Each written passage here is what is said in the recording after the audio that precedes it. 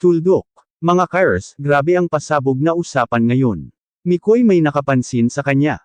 Ano ito? Crystal labis nag-alala. Ito ang umiinit na topic na talaga namang pinag-uusapan ng mga netizens ngayon. At hindi biro ha, dahil may lumabas na komento na tila nagdulot ng intriga sa pagitan ng mga taong involved sa issue. Sa gitna ng kasiyahan, sayawan, at sweet moments na nakita natin kamakailan, biglang may isang netizen na nagsabi ng mabigat, parang hindi totoo yung pinapakita ni CJ bilang partner, parang laro-laro lang.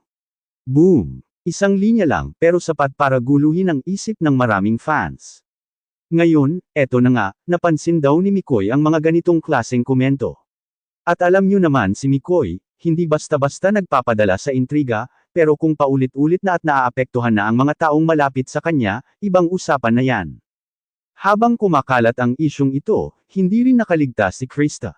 Ayon sa ilang fans, napansin nila na tila may lungkot at pag-aalala sa mga mata ni Krista.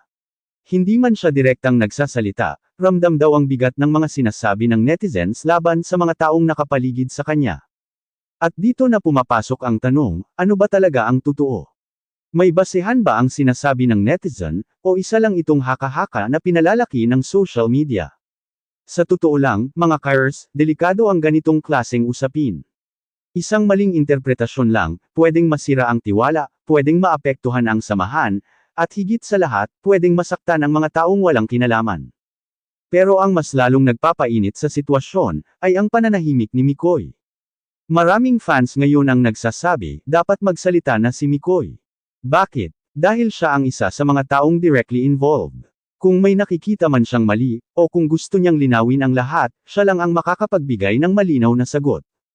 Pero eto rin ang kabilang side, baka naman pinipili lang ni Mikoy ang manahimik para hindi na lumaki pa ang issue. Kasi aminin natin, minsan kahit anong paliwanag mo, kung sarado ang isip ng ibang tao, lalong lumalala ang sitwasyon. Samantala, ang mga solid supporters, hati ang opinyon. May nagsasabing, trust the process, huwag agad maniwala sa chismis.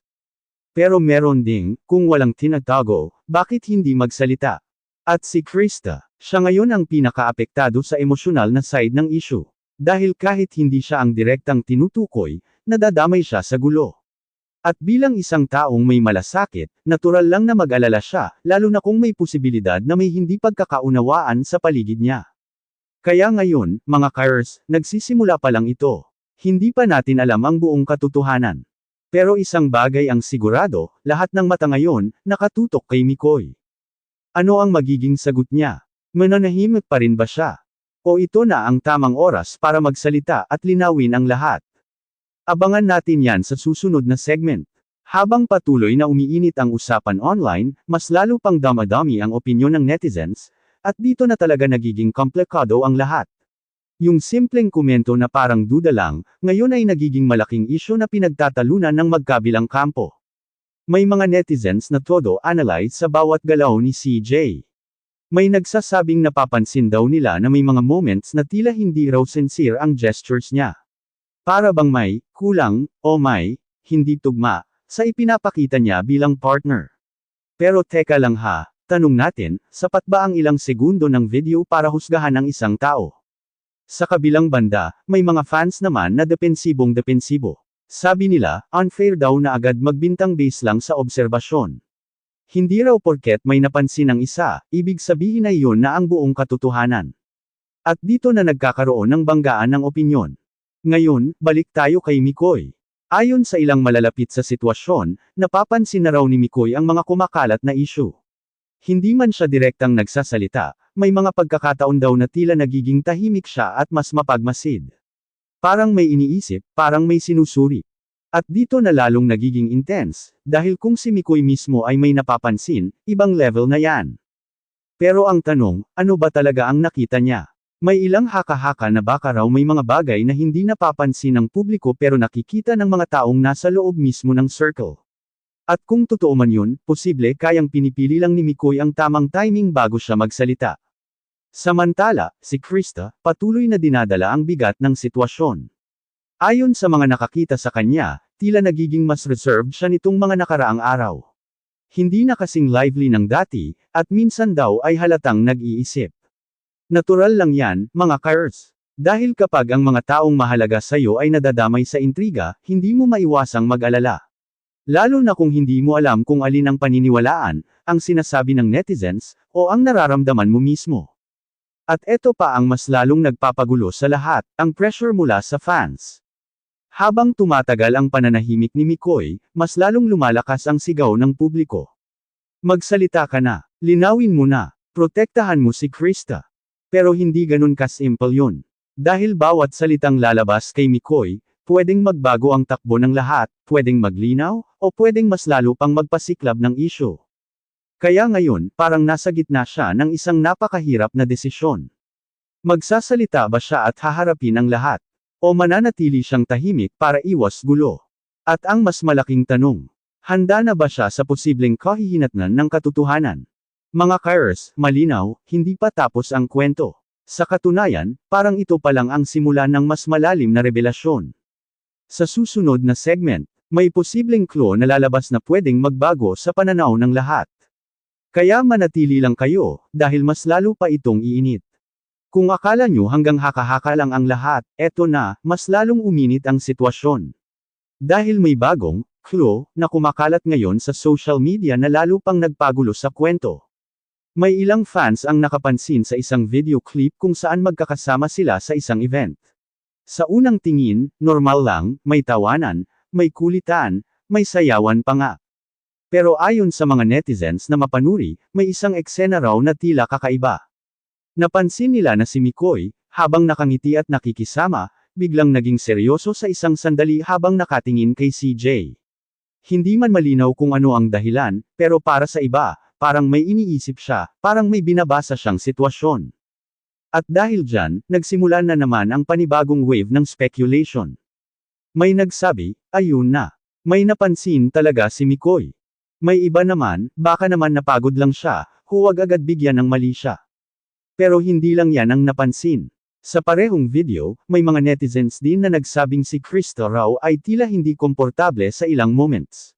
Hindi siya ganun ka-expressive kumpara sa dati, at may mga pagkakataon na parang tahimik lang siya habang nagmamasid. Ngayon, ang tanong, coincidence lang ba ito? O may mas malalim na dahilan kung bakit ganun ang kilos nila? Habang tumatagal, mas lalong nahahati ang opinyon ng publiko. Yung iba, convinced na may something off. Yung iba naman, naninindigan na walang sapat na ebidensya para husgahan ang kahit sino. Pero eto ang hindi may kakaila, lumalaki na ang epekto nito kay Krista. Ayon sa ilang supporters, may mga pagkakataon na nakikita nilang sinusubukan ni Krista na maging okay sa harap ng kamera, pero halatang may dinadala siyang iniisip. At bilang isang taong sanay magpasaya, hindi madali para sa kanya na maapektuhan ng ganitong klaseng intriga. At dito na lalong pumapasok ang pressure kay Mikoy. Dahil habang tumitindi ang issue, mas lalong inaasahan ng lahat na siya ang magbibigay linaw. Hindi na sapat ang pananahimik. Hindi na sapat ang pag-obserba. Kailangan na ng sagot. Pero mga Kairos, isipin nyo rin to, paano kung si Mikoy ay nag-iingat lang? Paano kung ayaw niyang magsalita hanggat hindi siya sigurado sa lahat? Dahil sa mundo ng social media, isang maling salita lang pwedeng magdulot ng mas malaking gulo. Kaya ngayon, parang nasa breaking point na ang lahat. Fans are waiting. Krista is affected. At si Mikoy, nasa gitna ng lahat ng ito. Ano ang magiging next move niya? May lalabas bang katotohanan na ikagugulat ng lahat? O mapapatunayang walang basehan ang lahat ng haka-haka? Sa susunod na segment, mga Kairos, posibleng may mangyaring hindi inaasahan, isang hakbang mula kay Mikoy na pwedeng magbago sa takbo ng kwento. Huwag kayong aalis, dahil papunta na tayo sa mga Kairos, eto na ang pinakahihintay ng lahat. Matapos ang sunod-sunod na haka-haka, komento, at mga clue na pinag-uusapan online, dumating na sa punto kung saan hindi na kayang baliwalain ang lahat. At sa wakas, may galaw na si Mikoy. Ayon sa mga nakasubaybay, naglabas si Mikoy ng maikling pahayag. Hindi ito dramatic, hindi rin mahaba, pero direkta. Ang mensahe niya, huwag agad maniwala sa lahat ng nakikita at nababasa sa social media. Hindi niya pinangalanan kung sino ang tinutukoy. Wala siyang binanggit na specific na tao. Pero malinaw ang punto, may mga bagay na hindi dapat pinapalaki kung wala namang matibay na basehan. At dito na medyo kumalma ang ilang fans. Yung iba, nakahinga ng konti, parang sinasabi ni Mikoy na walang katotohanan ang mga kumakalat. Pero syempre, hindi mawawala yung iba na naghahanap pa rin ng mas konkretong sagot. Bakit hindi niya diretsahin? Bakit parang bitin? Pero mga carers, minsan, hindi lahat kailangang sabihin ng direkta para maintindihan. May mga pagkakataon na mas pinipili ng isang tao ang respeto kaysa sa paglalabas ng buong detalye, lalo na kung may ibang taong pwedeng masaktan. At si Krista, matapos ang mga araw na puno ng pag-aalala, napansin ng fans na unti-unti na siyang bumabalik sa dati niyang aura, mas relaxed, mas nakangiti, at mas kampante. Para bang kahit papaano, nabawasan ang bigat na dinadala niya. Ibig sabihin ba nito tapos na ang issue? Hindi pa rin sigurado. Dahil sa mundo ng social media, kahit anong linaw ang ibigay mo, may mga taong magdududa pa rin. May mga taong gagawa at gagawa ng bagong kwento. Pero eto ang mahalagang tanong ngayon, ano ang pinili nating paniwalaan? Yung haka-haka, o yung mismong salita ng taong involved? Mga carers, sa dulo ng lahat, tayo pa rin ang may kontrol kung paano natin tatanggapin ang mga ganitong issue. Pwede tayong magpadala sa intriga, o pwede tayong maging responsable sa pag-intindi. Dahil hindi natin nakikita ang buong kwento sa likod ng camera, hindi natin alam ang tunay na nararamdaman ng bawat isa. Kaya siguro, ang pinakamahalagang gawin ngayon ay magbigay ng respeto, at huwag agad humusga. Kung nagustuhan niyo ang reaksyon na ito, huwag kalimutang i-like, i-share, at i-follow ang ating page para sa mas marami pang updates, intriga, at kwentuhang carers. At tandaan, hindi lahat ng nakikita sa social media ay buong katotohanan. Hanggang sa susunod na video, mga carers, ingat palagi at stay positive.